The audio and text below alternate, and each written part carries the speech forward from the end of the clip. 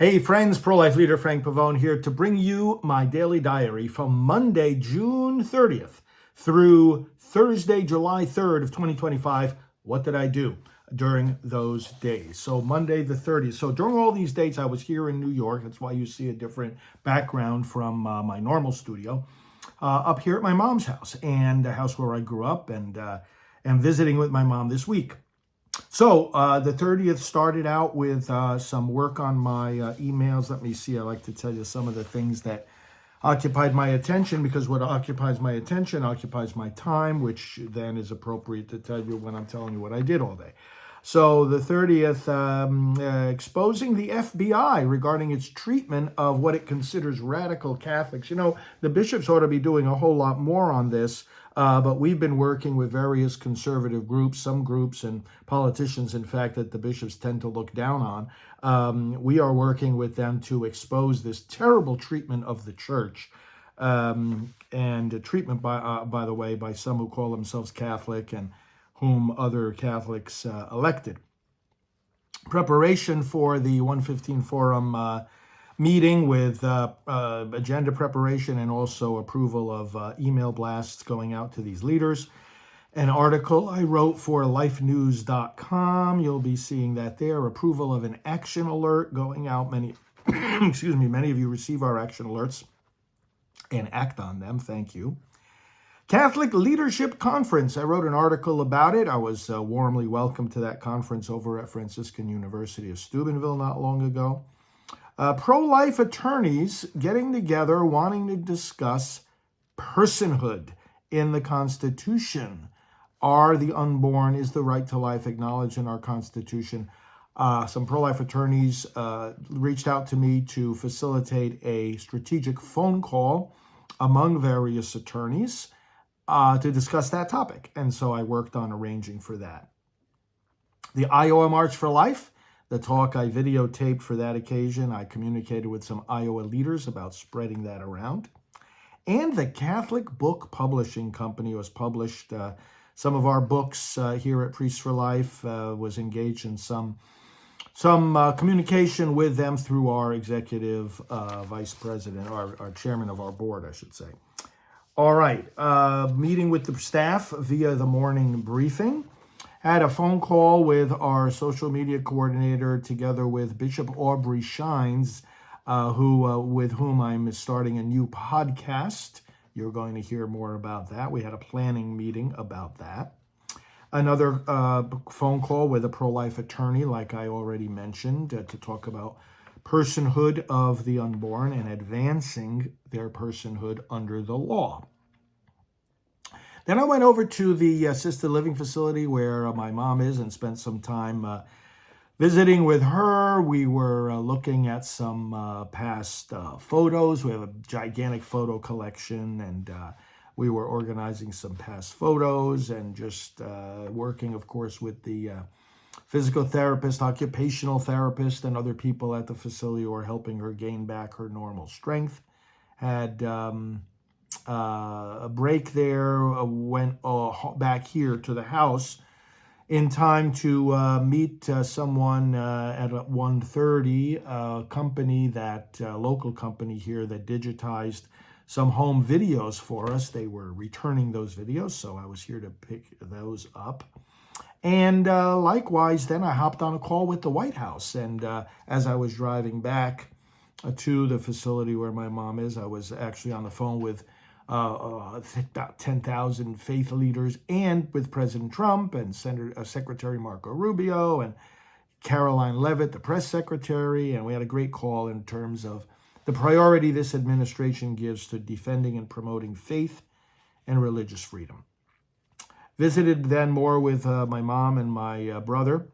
At 3:30, I had a cell phone call with some of our executive team and some of our staff members in regard to some new dimensions, if you will, of how we want to do our email blasts and making them even more effective for you to keep up on what's going on in the pro-life movement.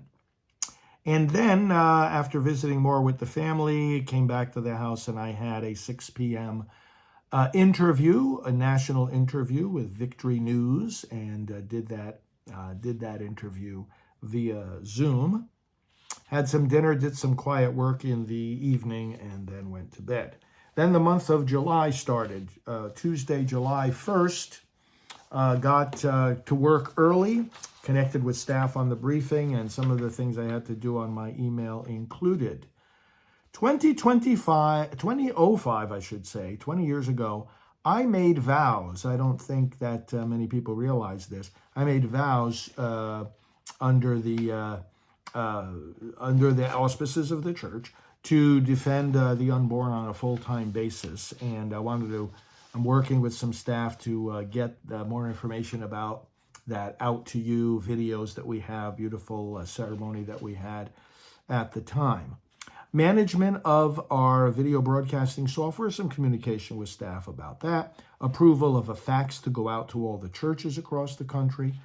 Approval of artificial intelligence curriculum for different departments on our staff. We have a man on staff who's pretty well versed in that, and we're giving guidance as to how to best use it in each department.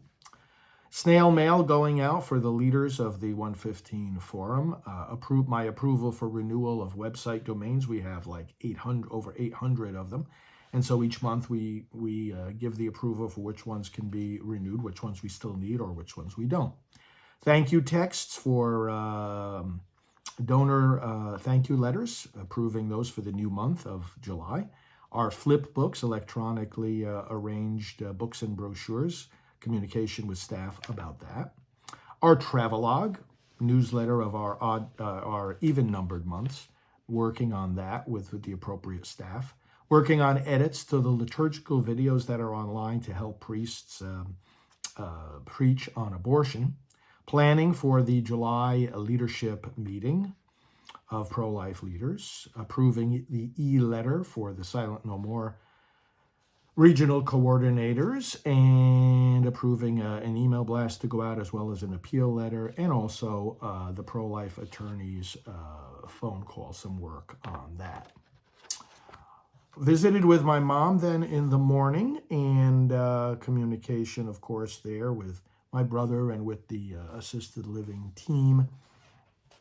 At 11:30, I came back here to the house prior to that, and I had a good hour-long podcast interview. The leader of a group called Men for Life wanted to interview me about the role of men in the whole abortion issue. So that was a good hour-long podcast that I took part in. Then I went back over to the assisted living facility, visited more with my mom. We were looking at some old photographs, which is a lot of fun.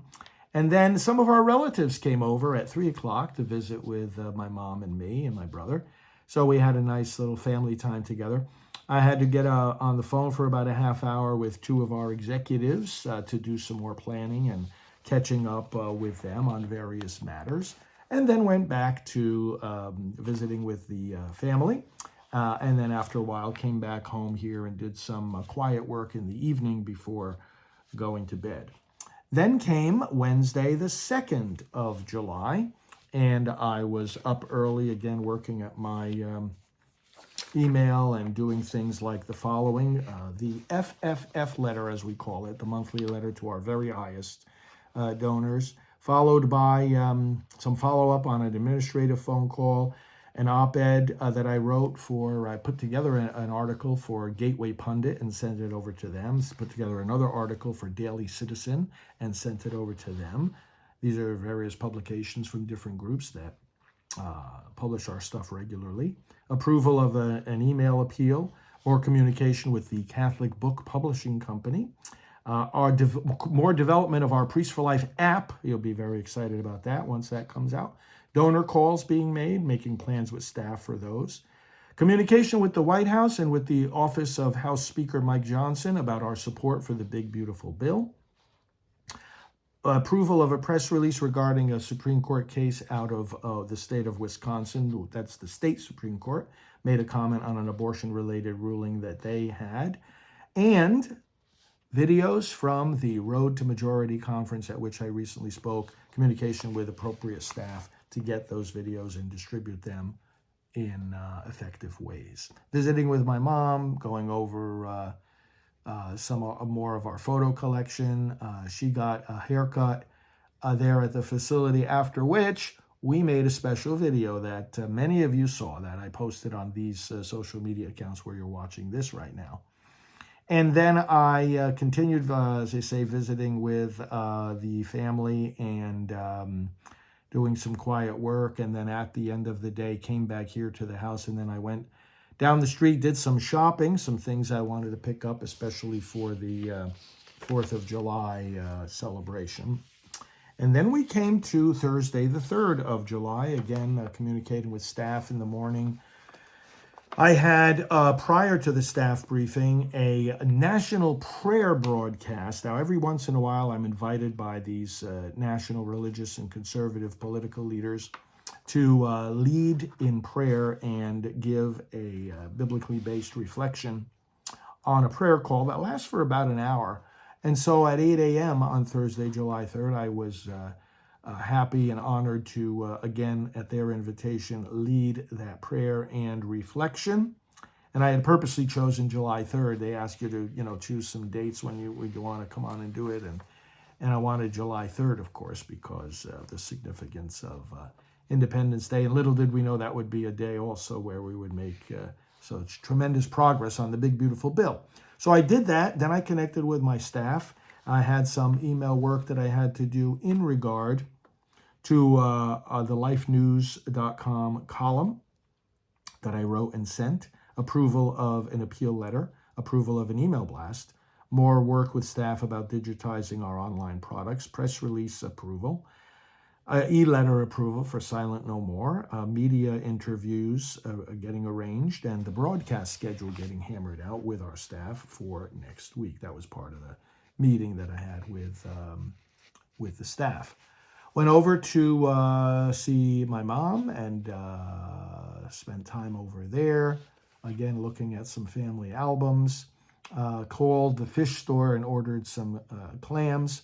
Had a call with pro-life attorneys. They graciously allow me in on these calls, even though I'm not an attorney, to get my insights on pro-life strategy. So that was a long call. I got on it, and then while I was still on it, I took a ride over to the fish store to pick up my order, and then was commenting on the course of the call. It lasted almost 2 hours. Went back to visit more with Mom and my brother, and then at 2 o'clock we did another interview. I was being interviewed by a priest, Father Andre, for a podcast that he has called Irrevocable, and it was a good interview. Lasted about a half hour.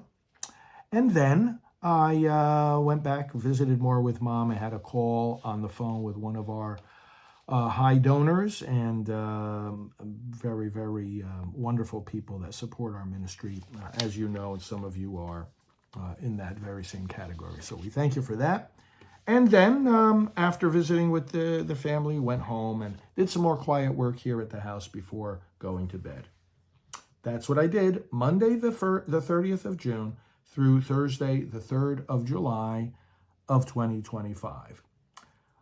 Again, I want to say how grateful I am that you follow these daily diary updates. It's a way of me giving thanks to the Lord and to you for the work that I do. You help make it possible. The Lord gives us the calling, gives us all the calling. And again, I just want to say a word about my critics. I want to see where their daily diary is, because the reason they don't do it probably is related to the fact that they wouldn't want us to know what they're doing every hour of the day, because much of what they're doing is what they criticize other people for doing. And there's just a lot of hypocrisy out there. But brothers and sisters, may the Lord preserve us from that and keep us steadfast in our work for the unborn and for one another. Thanks so much. We'll keep doing the work. Nothing's going to deter us. And thank you for making it possible. God bless.